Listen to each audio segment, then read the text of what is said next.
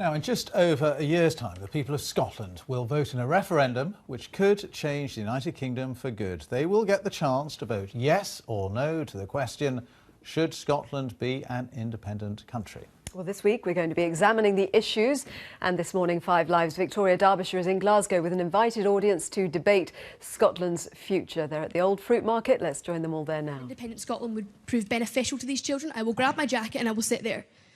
But until then, I'm staying right here. Okay, so who can help this lady here? Can you get a microphone? Can we get a microphone to this? Any second now. Hi there. I totally agree with you. I mean, listen, we've spoken about so many things today, and it's really wasted a lot of time. Scotland is stinking rich, okay? The money that we won't spend on nuclear weapons, that we won't spend on criminalising poor people, that we won't spend on invading foreign countries, will be spent to create a better society. I've got 4 children. This is crucial, absolutely crucial for me. It's crucial for so many who's trying to create a better society. Okay? It's actually, I've walked from the East End of Glasgow today. The child poverty rates in the East End of Glasgow is higher than the open-air prison camp that is the Gaza Strip. It's no 1 in 5 in the East End of Glasgow. It's 1 in 3, 1 in 2 almost. You know, we need to do something different, okay? We can't, it's the definition of madness, the gentleman says. We can't keep going on like this. And such a stark divide, because that's wealth and privilege. I've never seen such a stark divide. And you've got a lot of ordinary Scots over here who are going out their way. I canvassed the poorest part, the poorest constituency in the UK in Barrowfield, the poorest constituency in the UK is Shettleston, and we didn't have one no voter. Not one no voter, because we know we need to do something different, and we need to vote for independence. Would you all say that that what needs to change is we need to become independent? Would you all agree that independence would help these children? Yes. Would you all agree that? We're currently criminalising people for the crime of being poor, for the crime of being unemployed. We can't go on like that. Will you have me on your section? Yes. So, she's moved. Absolutely. We owe this to our children, to give our children a future. You asked for a Rammy today, Victoria, and I think it's been puerile, absolutely puerile. We've spent so much time going on about money. Scotland is stinking rich. It's what we do with that money that counts. Victoria, it's what we do with it. Victoria, this is an important point on that. Okay. Victoria, So, earlier on, hang on a sec. Earlier on, we had a gentleman.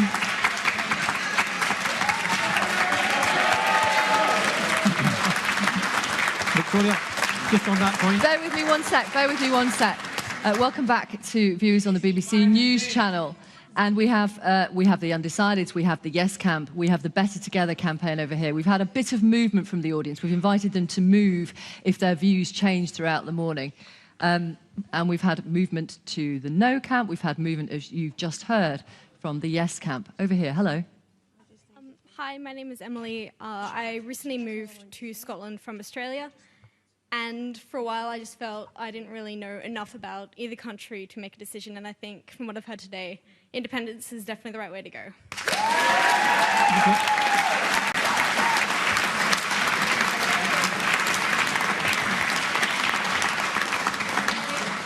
I'm Harriet. I'm the Welsh woman again. I think what was just said was disgraceful. There are children in poverty in the south of England. There are children in poverty in the Welsh valleys. Cut yourself off from them and don't campaign for them. And the woman that's a trade unionist, the trade union movement, fantastic movement for workers. What about the workers in the south of England who can't stand the Westminster government? I have problems with the Westminster government, and so do many people in the south of England. People living in London have problems with the Westminster government. Okay, hang on. There is no point talking over each other. Hang on. Lady over here, hello. It's you. I'm Margaret Wilson, and I just feel it's been one-sided. Go ahead. That's all I'm going to say. Victoria, an important point about child poverty. Yes. An important point about child poverty is, look, don't take my word for it, don't take the SNP's word for it, don't take any politician's word for it. Why don't we look at the independent, non-political Joseph Rowntree Foundation, which has already said that all the powers to actually address child poverty already exist in the Scottish Parliament, around housing, around education, around health. Read the report, Fiona, I'm happy to send you. The Joseph Rowntree say, but sadly they say, and this is crucial, that we have a Scottish government that's obsessed with the referendum and not actually changing Scotland. So I passionately believe that we should reduce child poverty. I came into politics to fight poverty, not to fight about which politician had what power and what building. I want to reduce poverty. Crucially, I want to reduce poverty, not just in my own constituency in Glasgow, but across the rest of the United Kingdom and the rest of the world. And I passionately and genuinely believe we do that best by being part We of the don't United Kingdom. trust you. Hang on. We don't trust you to do it. That's the problem. We've got some more movement of We people. have child Clearly, poverty in the last Labour We don't government. we've got some more movement of people. Clearly, it's unscientific. That goes without saying. Hello. Hi. Yeah, Victoria, I wanted to answer our Welsh comrades. They make a very good point. But my socialism doesn't end in the East End of Glasgow, where I come from. No, not My at all. socialism doesn't end in Newcastle or Liverpool. And you guys have deliberately mentioned Newcastle and Liverpool. Okay, but my socialism doesn't end in Dover. My socialism, we're trying to create a progressive beacon in Scotland. I'm in touch with a lot of people in the West, in England, who see us as something that's going to help them change England, right? Can you ask, We can I can ask do you, sir, something. sir, why would independence mean? Why would independence? Victoria, because why we would are on the independence cusp. mean that you were We're on the progressive? cusp of doing something fantastic. We've got a I'm not. chance. Some of these guys are about changing flags. I'm about doing something. I'm about changing. Yes, There's a very famous Scottish Irishman called James Connolly says it's no point just changing the flags. We need to change a bit of the system as well. Okay, and that's what we're going to do next year, right? And what we can do is we can create a system and a beacon of progress that people down south can say, look what they're doing there, look how they're treating their people fairer, look how progressive that society is, and that will act as a springboard for them to argue and create a better society in England and hopefully elsewhere as well. Let's give someone else a chance. Hang on. My name's Katie. I'm 16 and I'm a skilled pupil. I'd just like to make a reference. Labour reduced child poverty by a third in 10 years between 1995 and 2005, and you didn't even mention it. You had time to speak and time to convince all of these people that you've done something to reduce child poverty, but you didn't, and that's the type of passion that we're going to see that's going to convince people to move over to the SNP. That's one of the reasons. Can I ask? One of the main reasons that I'm undecided, if you stood here and give me a solid argument, showing some passion, it goes back to identity. People believe themselves to be Scottish and they think that the SNP and the Yes campaign are showing some national pride. So far, we had nothing from the union to show that we feel Scottish, that you want us to stay. And it's that lack of passion that's going to convince people to move over to So the Yes campaign. if our Better Together campaign is here today was slightly more passionate, you'd be in the No camp? You'd be in the Better Together camp? That's all it would take for you? Labour's done so much good work for the country over the past decade, and I'm sure many people in the Yes. Okay. All right. They've reduced child poverty. And can I ask you, do you feel like moving right now or not? No, No. because Okay. I don't believe that I should go to Yes. Can I just address that, Victoria? Victoria? Can I just address that? Fair enough, I'm maybe not shouted and hissed, maybe like the other side, but I did say that Scotland, the last Labour government, have child poverty across the UK and have pensioner poverty right across the UK. Well, that's and not I've very well, but I passionately- watched your TV debate last week and it was the exact same problems. You and Nicola Sturgeon spent an hour and a half bickering over silly little issues. And what you should have been doing is targeting people and showing them that it's best to stay in the union and be passionate about it rather than trying to poke holes in the SNP's argument. Okay, over here. Hello. Hello. I'm Peter Hutchinson. I'm from Northern Ireland originally. I live in Scotland, and to complicate matters, I own a business that's registered in England, which puts me in quite a difficult position. So identity-wise, I don't know where I'd fit into new You're welcome here. independent Scotland. But the main reason I'm on this side of the room is that having read the impartial or the limited impartial advice I can find, the bottom line to me is that we don't actually know what we're voting for, because negotiations are taking place after the vote. If you go into a shop and buy something, you know the price. If you go into business to do a business deal, you sit down and you negotiate a deal and you know what you're entering into. We have absolutely no idea what we're entering into. From my point of view, the Yes campaign are saying that their campaign, it's unfortunate that a major global sports brand have taken their ideal slogan, just do it. We really don't know what we're doing. And on that basis, I'm on this side of the room. Okay. On that point, on our friend's point about we don't know the detail, will there be answers? How many answers will there be in that white paper in November? It's whether the answers are sufficient is up to the people to judge, but there'll be a... Oh, sorry, Brian. Was there movement here? We've gone from I'll come back to you, Brian, from the undecideds to the yeses. Hello? Tell us why you've moved. Yeah. What's made up your mind? Well, they just seem to have a better argument that's for us. You know, free education, jobs, economic security, and that's really important for us because we're trying to get a future and we're not seeing one from that side, but we're seeing one here, which is what I really feel quite passionate about. Is it utopia? You make it sound like utopia. No. Okay. Hang on, we've got some people who've moved to the Better Together, who prefer the United Kingdom to stay as the United Kingdom. Hello, sir. Hi. Yeah, hi, I'm Mark. I'm Irish. I've been living in Edinburgh for almost half my life. I'm very Irish, always have been, always will be. That will never change. The Yes campaign are doing absolutely nothing in this argument except being anti-English. People may disagree with that opinion, but all you're doing is picking on everything that's ever gone wrong. Give him a chance. Let him speak, please. Go Someone ahead. said it's worth dying for. I live in a country that's divided. Is it really worth dying for? Oh, no. Do you want to pass the microphone fair. along? Because I think somebody else next to you has moved from the Undecideds to the Better Together. Hi, I'm Viola. I'm from Slovakia, and I live in Edinburgh for 1 year, so I really wasn't sure because I didn't feel I have right to have an opinion about independent Scotland. And from the beginning, I started to feel that Scotland should be independent, but Group Yes was pushing too much, and it didn't switched you off me at all. So that's the reason why I'm here, and I think that Scotland should be a part of Britain, like United Kingdom. Can I just come back to Brian Taylor? The question about the detail in the white paper that will be published in November. When the people of Scotland vote on September the 18th next year, they will be voting on the white paper. That is the prospectus for independence. Now, that is based upon 1997, when the Labour government advanced a white paper on devolution. People were voting then upon that prospectus. It then had to go through the House of Commons. But there is a difference, of course.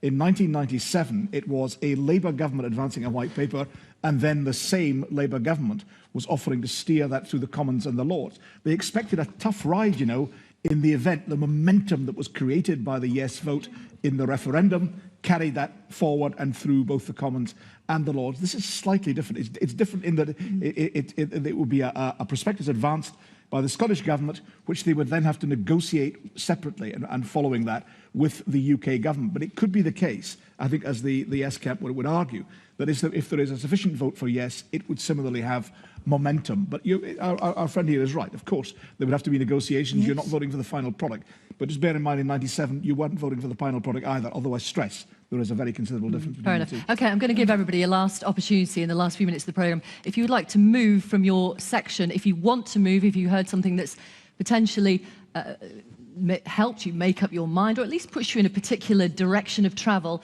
please do so now. Everybody's sorted. Everybody's sorted. Okay. Can I ask you? Yes. Oh, you've moved. You're not as undecided as you were at 10 o'clock, but you're still a bit undecided. And she's moved in the direction of the yes camp. I don't know if that's. Not really many seats left. No, is that significant or not? Well, I just feel, from my comrade over there, my sister, to be honest, my trade unions and socialist roots will never matter whether it's a yes campaign, yes or not. If it's a yes and we are divided and England needs some help, Scottish United Union will be down there like a flash to help them. I don't feel it's a divide like that. It's not a divide. It's more about being brothers and sisters like we are within the union. I need answers. I need strategic answers from my Labour government, my Labour card holders. People, we get you there. You don't give us any answers to anything. It's questions. Sure. There's nothing structured. And that worries me. It worries me a great deal that there is nothing structured from this side, whereas this side are giving me a structure. But you still have not enough of a structure because you're the still. white paper hasn't been released. Fair enough. Okay, all right. Sorry. Professor Curtis, can I ask you about potential turnout and how that might affect the result? Well, I think one thing we're pretty clear on, you've heard the passion in this hall, and I think it's also very, very clear that the public out there in Scotland are also very engaged. One of the polling companies, Ipsos Mori, regularly in its British polls asked people how likely are you to vote in general election, or indeed in Scotland they ask how likely are you to vote in a Scottish Parliament election, and usually in those polls only around 50% of people say they're certain to vote. When the same question is asked about the referendum next year, we are regularly finding 70%, if not more, people saying they're certain to vote. So I think the first thing to say is that undoubtedly Scotland is engaged, people in Scotland think it's a matter, and they're likely to vote. Given that's the case, therefore, it's going to be unlikely that differential turnout, i.e. more people on one side rather than another turning out to vote, is going to be crucial, because it looks as though most people in Scotland are going to avail themselves of the chance to have a choice as to whether their country becomes independent or not. Okay. Hello. Hi, I would just like to say that after years and years and years of the Scottish, very sadly, the sad Scottish mentality, my mammy and daddy voted Labour, my granny and granda voted Labour, I'm still going to vote Labour. People of Scotland, rise up and think for yourselves. And this is a vote for independence, for a future of Scotland, for your children, your grandchildren and their children. I would say to you... No, excuse me, sorry, just let this gentleman respond here. 19-year-old student from Glasgow, and I'd just like to put this out that a lot of the, arguments from the Yes campaign are over Scottish more than British. Well, here's a bit of news. You're still from the island of Great Britain, even if Scotland votes yes. So this whole thing that, oh, I'm Scottish more than British, you're British regardless. So nobody should base their argument on that. Okay. Yes. Microphone here. Sorry, Alvin. Just gentleman with a microphone here. Sorry, I beg your pardon. Hi there. Jim from Glasgow again. I'm proud to be... This girl wanted emotion. I'm really proud to be Scottish and British. Very proud. I see no reason for this. We've had emotional rhetoric over here without any substance whatsoever. No, you can sit there. You said that. You were talking about intellect. I have yet to hear anything intellectual from the Yes campaign. I'm not getting at you individually. I'm getting at you in general. There's no figures. I wrote to Alex Salmond asking him a whole load of questions. Everyone unanswered. Okay, gentleman over here. Hello. My name's David, and I am from Glasgow, and I work in the whisky industry. It was strange. It was an hour and a half into the debate before the first person actually mentioned whisky. Before coming, and it had to be me. Yeah. Yes. I've got my hip flask. It's fine. But the one thing, I spoke to a number of people in the whisky industry, and they want to know how either campaign will protect the Scotch whisky industry and ensure its continued growth globally. Okay. Post-referendum. You've got 10 seconds for both Better Together and Yes Scotland. 10 seconds. We've already done that as part of the Scottish Government. I was in China, in Beijing, with the First Minister when we were getting the origination. 5 seconds. Scottish whisky could have it. So food and drink is one of our key industries, as is tourism, as is renewable energy, as is life science. We can be successful. Better Together. This referendum, the election 2015 and the election 2016 will all be about living standards. It's about how we create quality jobs. And that's why we make sure we have a living wage right across the UK. We make sure we end blacklisting right in Scotland and the rest across the UK, and also clamp down zero-hour contracts and make sure an economy that works for everyone, no matter where they live across the UK. At 10 o'clock, we had 80 people in the yes, we had 80 people in the no, and we had 60 undecideds.